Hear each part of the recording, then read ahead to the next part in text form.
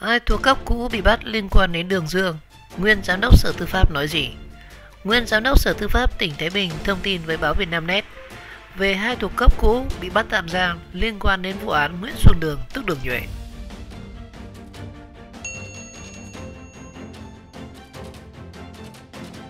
Trong số 4 bị can bị cơ quan cảnh sát điều tra công an tỉnh Thái Bình khởi tố và bắt tạm giam với hai tội danh lợi dụng chức vụ quyền hạn khi thi hành công vụ thì có hai cán bộ thuộc Sở Tư pháp, gồm có Giám đốc Trung tâm Dịch vụ Đấu giá Phạm Văn Hiệp sinh năm 1984 và đấu giá viên Vũ Gia Thành sinh năm 1977. Và theo ông Đinh Trọng Xá là nguyên Giám đốc Sở Tư pháp Thái Bình đang giữ chức vụ Bí thư huyện ủy Quỳnh Phụ cho biết, một số cán bộ vừa bị bắt tạm giam. Tôi chưa nắm được nội dung lợi dụng chức vụ quyền hạn khi thi hành công vụ cụ thể ở vụ việc nào, và những vụ việc đấu giá trước kia thì chúng tôi không nhận được nội dung đơn thư khiếu nại nào liên quan đến cán bộ đấu giá cả. Năm 2018 là thời điểm anh Hiệp làm phó giám đốc trung tâm đấu giá bị Nguyễn Xuân Đường có nhiều hành vi đe dọa và dọa dẫm, và những thông tin trên thì đều ra cho thanh tra Sở Tư pháp xử lý ông thông tin trên. Những câu kết tình vì trả lời Vietnamnet một ngày trước khi bị bắt thì ông Phạm Văn Hiệp cho biết năm 2018 ông đã từng bị Nguyễn Xuân Đường nhắn tin đe dọa khủng bố tinh thần, và sự việc đã được ông báo lên cơ quan công an. Và lý do bị đe dọa thì ông Hiệp cho biết rằng tôi làm công khai quá, minh bạch, ai cũng biết thì họ ăn cái gì. Trung tâm tôi đã đấu giá bán được gấp 2 đến 3 lần khởi điểm như bán ở Vũ Hội. Tôi đấu từ 5 triệu một mét vuông lên thành 17 triệu một mét vuông nên họ đã phải bỏ cọc. Những thông tin họ mua được nhiều cũng là khoe khoang thôi. Như chúng tôi đấu giá 46 lô đất ở Vũ Ninh thì Đường Nhuệ khoe trên Facebook là vợ nó trúng hơn 30 lô, nhưng thực tế thì Dương chỉ trúng có 5 lô mà thôi. Và chia sẻ về cách thức đấu giá của vợ chồng Đường Nhuệ thì ông Phạm Văn Hiệp nói rằng họ thông đồng bảo là bán hồ sơ đấu giá nhưng lại ỉm đi, chỉ bán cho độ 10 người nhà rồi nghe ngóng, và nếu không lộ thì sẽ cho đặt cọc và tổ chức đấu giá luôn. Như vậy làm gì có ai mà biết mà đấu giá với họ là như thế, và họ sẽ mua được đất với giá gần như bằng giá khởi điểm. Và nếu lộ ra thì họ sẽ phải đàm phán với những người khác và cũng phải bỏ ra ít tiền để người khác rút. Thực sự thì họ câu kết với nhau rất tinh vi. Tôi làm trong ngành thì tôi mới hiểu được. Và ông Hiệp nói rằng hiện tượng tiêu cực trong đấu giá đất rất phổ biến tại các địa phương trong tỉnh Thái Bình. Thực ra thì tôi không quan tâm tới việc đấu giá. Tôi không phải là người địa phương và đây không phải là chỗ làm ăn. Tôi dính vào thì tôi chết. Phải cực kỳ sạch sẽ thì mới khống chế được chúng, và chúng rất cay tôi. Nhưng tôi không nghĩ rằng chúng, tức là vợ chồng Đường Nhuệ, lại làm mạnh đến thế. Chúng đe dọa, bắt cóc vợ con và gây sức ép để tôi ra đi, ông Hiệp nói. Và ông Hiệp có nói thêm rằng Đường Nhuệ tổ chức đấu giá chui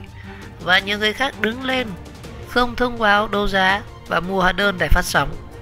Làm chui thì sẽ không mất tiền đàm phán với những người tham gia đấu giá, và nguồn lợi thu được là rất lớn. Người dân đến mua hồ sơ thì nó không bán, rồi kêu đàn em tới đàn áp. Các huyện làm nhiều lắm và bán chui hết, ông Hiệp nói. Và tuy nhiên một ngày sau khi chia sẻ với phóng viên báo Vietnamnet thì ngay sau đó thì ông Hiệp đã bị bắt giữ. Và những bất minh này thì hoàn toàn trùng khớp với các cuộc đấu giá trúng của cặp vợ chồng Dương Đường, như là trúng rất nhiều lô đất đấu giá và giao đất trúng với giá rất sát với giá khởi điểm. Ví dụ như ở xã Lô Giang, huyện Đông Hưng vào năm 2019 thì Nguyễn Thị Dương từng đứng tên đấu giá trúng 6 lô với giá chỉ cao hơn giá khởi điểm từ 400.000 đồng đến 600.000 đồng một mét vuông. Còn tại xã Đông Phương, Đông Hưng thì năm 2018 thì Nguyễn Thị Dương đứng tên đấu giá và trúng trọn gói 20 lô đất và tổng diện tích lên tới là 4.344 mét vuông với mức giá cao hơn giá khởi điểm 20 lô chỉ có 9,9 triệu đồng. Và trong một cuộc đấu giá khác cũng tại xã Đông Phương năm 2018 thì Dương trúng đấu giá nhiều lô đất và mỗi lô tận 215 mét vuông với giá chỉ cao hơn giá khởi điểm đúng 10.000 đồng một mét vuông. Cụ thể thì giá khởi điểm là 1,5 triệu đồng một mét vuông, nhưng Dương trúng với giá chỉ là 1,51 triệu đồng một mét vuông. Và bên cạnh đó, mỗi khi tham gia đấu giá xong mà không hài lòng hay là vừa ý thì băng nhóm của Đường Nhuệ thường có hành vi côn đồ với những người đấu giá trúng. Một lãnh đạo ở xã Sông An, huyện Vũ Thư cho biết tháng 7 năm 2018 thì xã có 44 lô đất đưa ra đấu giá và Nguyễn Thị Dương tham gia cả 44 lô và chỉ trúng có 8 lô. Thời điểm hiện tại thì mới nộp tiền có 4 lô. Mỗi người trúng đấu giá thì đều bị người của Đường Nhuệ uy hiếp phải vào ủy ban của xã để trú chân. Một cô giáo tiểu học đấu trúng 2 lô thì cũng bị người của Đường Nhuệ đe dọa. sợ không dám đi về. Chúng tôi đã phải nhờ đến công an huyện về để tăng cường an ninh, lãnh đạo xã Sông An cho biết.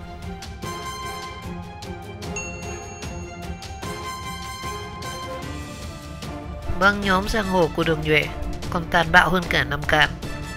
Luật sư cho rằng băng nhóm của Đường Nhuệ còn nguy hiểm và tàn bạo hơn cả Nam Can thời xưa, và muốn xóa sổ chúng thì trước hết phải cách ly với những cán bộ có dấu hiệu bao che cho bọn chúng. Gần 2 tuần đã trôi qua, dư luận cả nước vẫn đang xôn xao thông tin liên quan đến băng nhóm giang hồ khét tiếng đất Thái Bình do vợ chồng Nguyễn Xuân Đường tức Đường Nhuệ và Nguyễn Thị Dương cầm đầu. Và trả lời phóng viên về việc này thì luật sư Trần Hồng Lĩnh,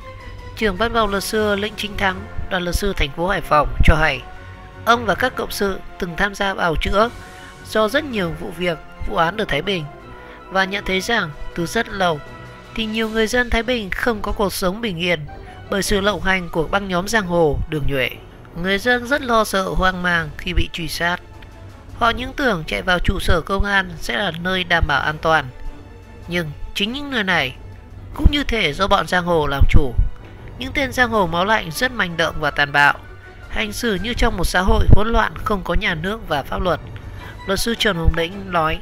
Đồng thời, vị luật sư này cho biết việc bắt giữ vợ chồng đại ca giang hồ Đường Nhuệ là một tín hiệu rất tốt và đáng mừng, mở ra một trang mới về tình hình an ninh trật tự và an toàn xã hội cho người dân đất Thái Bình. Giám đốc Công an tỉnh Thái Bình mới về nhậm chức đầu năm 2020 đã thực hiện rất đúng đắn tinh thần chỉ đạo của Quốc hội, Thủ tướng và Bộ trưởng Bộ Công an Tô Lâm,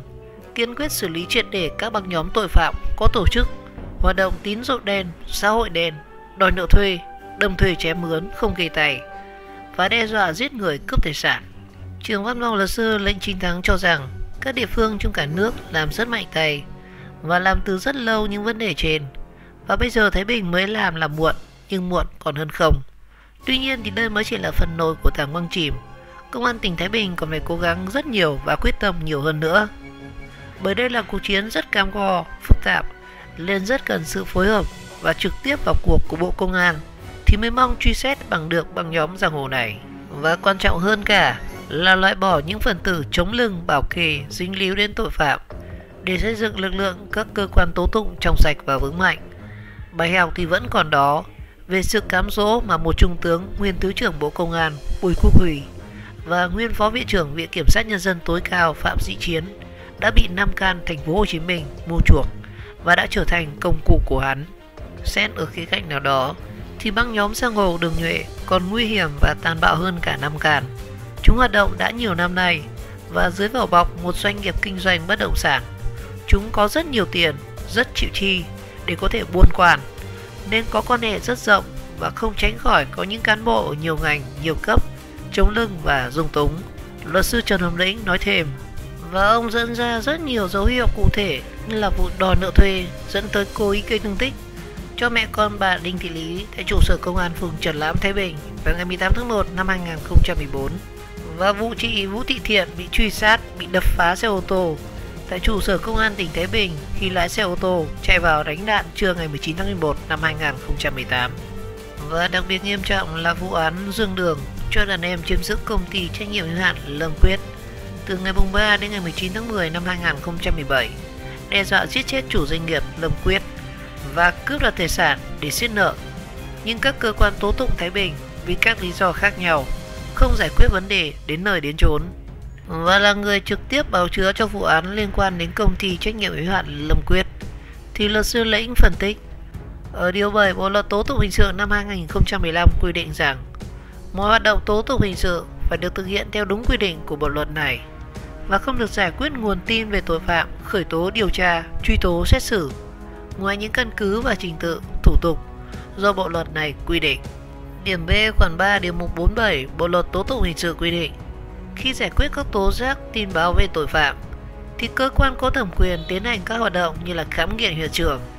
Luật sư Trần Hồng Lĩnh cho rằng là quy định của pháp luật thì phải tuân thủ, nhưng Trung tá Cao Giang Nam, Phó trưởng cơ quan cảnh sát điều tra Công an Thái Bình lại nói rằng luật quy định nhưng không bắt buộc. Cơ quan điều tra không khám nghiệm hiện trường là do xét thấy không cần thiết. Và kết luận giải quyết tin báo tố giác số 12 ngày 29 tháng 3 năm 2018 do Trung tá Cao Giang Nam ký và cáo trạng số 03 CT VKSTB ngày 31 tháng 12 năm 2018 do Phó Viện trưởng Viện Kiểm sát Nhân dân tỉnh Thái Bình Nguyễn Xuân Huy ký còn nói không có căn cứ xác định anh Nguyễn Xuân Đường chiếm giữ đồ đạc, tài sản của công ty trách nhiệm hữu hạn Lâm Quyết. Và luật sư Lĩnh đặt câu hỏi: vậy đã khám nghiệm hiện trường để xác định có hay không có hành vi phạm tội xảy ra và đã khởi tố vụ án để điều tra đâu mà nói rằng không có căn cứ xác định anh Nguyễn Xuân Đường chiếm giữ đồ đạc và tài sản của công ty trách nhiệm hữu hạn Lâm Quyết. Và nếu chưa rõ ai là thủ phạm thì cũng phải khám nghiệm hiện trường, khởi tố vụ án để điều tra và làm rõ. Và nếu có căn cứ xác định ai đó là thủ phạm thì phải khởi tố bị can và bắt tạm giam rồi, chứ không phải xác định thủ phạm thì mới khám nghiệm hiện trường. Vì luật sư này còn nêu ra, đại diện Viện Kiểm sát Nhân dân tỉnh Thái Bình thực hành quyền công tố nói rằng vụ cướp phá tài sản ở công ty Lâm Quyết nếu có là một vụ án riêng và không liên quan đến vụ án Lâm Quyết, tức là vợ chồng của ông Lẫm và bà Quyết lạm dụng tín nhiệm và chiếm đoạt tài sản. Vậy nếu không liên quan thì cơ quan điều tra và Viện Kiểm sát đã để các tài liệu giải quyết tin báo tố giác Đường Nhuệ cướp phá tài sản trong hồ sơ vụ án Lâm Quyết lạm dụng tín nhiệm chiếm đoạt tài sản để làm gì? Và hai vụ án có liên quan mật thiết với nhau thì việc khám nghiệm hiện trường xác minh hậu quả thiệt hại hai vụ cướp phá tại công ty trách nhiệm hữu hạn Lâm Quyết lại là chứng cứ hết sức quan trọng chứng minh có phải ông Lẫm và bà Quyết gian dối. Và từ những phân tích ở trên thì vị luật sư này nêu rõ ràng trên đây là những dấu hiệu chống lưng, bao che và bỏ lọt tội phạm cướp đoạt tài sản xảy ra tại công ty trách nhiệm hữu hạn Lâm Quyết và muốn xóa sổ băng nhóm tội phạm có tổ chức do Đường Nhuệ cầm đầu thì luật sư Lĩnh đề nghị phải củng cố tổ chức cán bộ trong các cơ quan tố tụng của tỉnh Thái Bình và cách ly ngay những cán bộ có dấu hiệu dung túng bao che cho vợ chồng Dương Đường. Ngành công an được Đảng và Nhà nước cho phép thực hiện rất nhiều biện pháp đấu tranh trấn áp tội phạm, giữ gìn an ninh trật tự, và trong đó biện pháp quần chúng phát động phong trào bảo vệ an ninh Tổ quốc, tố giác thủ đoạn dùng bẫy nợ tín dụng đen để cưỡng đoạt cướp nhà đất của những ai đã chót dính vào bẫy nợ và những hành động táo tợn cướp thầu bất động sản tại các trung tâm đấu giá và đấu thầu bất động sản. Luật sư Trần Hồng Lĩnh đề nghị các cơ quan này cung cấp các tài liệu đấu giá, đấu thầu có liên quan đến băng nhóm tội phạm Dương Đường. Và trả lời phóng viên báo VTC News thì một lãnh đạo công an tỉnh Thái Bình cho biết ông đang chỉ đạo các đơn vị nghiệp vụ rà soát lại các sự việc trước đây, củng cố hồ sơ để điều tra làm rõ những hành vi có dấu hiệu vi phạm pháp luật của vợ chồng Dương Đường. Và chúng tôi sẽ quyết tâm làm chứ không nề hà bất cứ việc gì đâu, một vị lãnh đạo công an tỉnh Thái Bình khẳng định.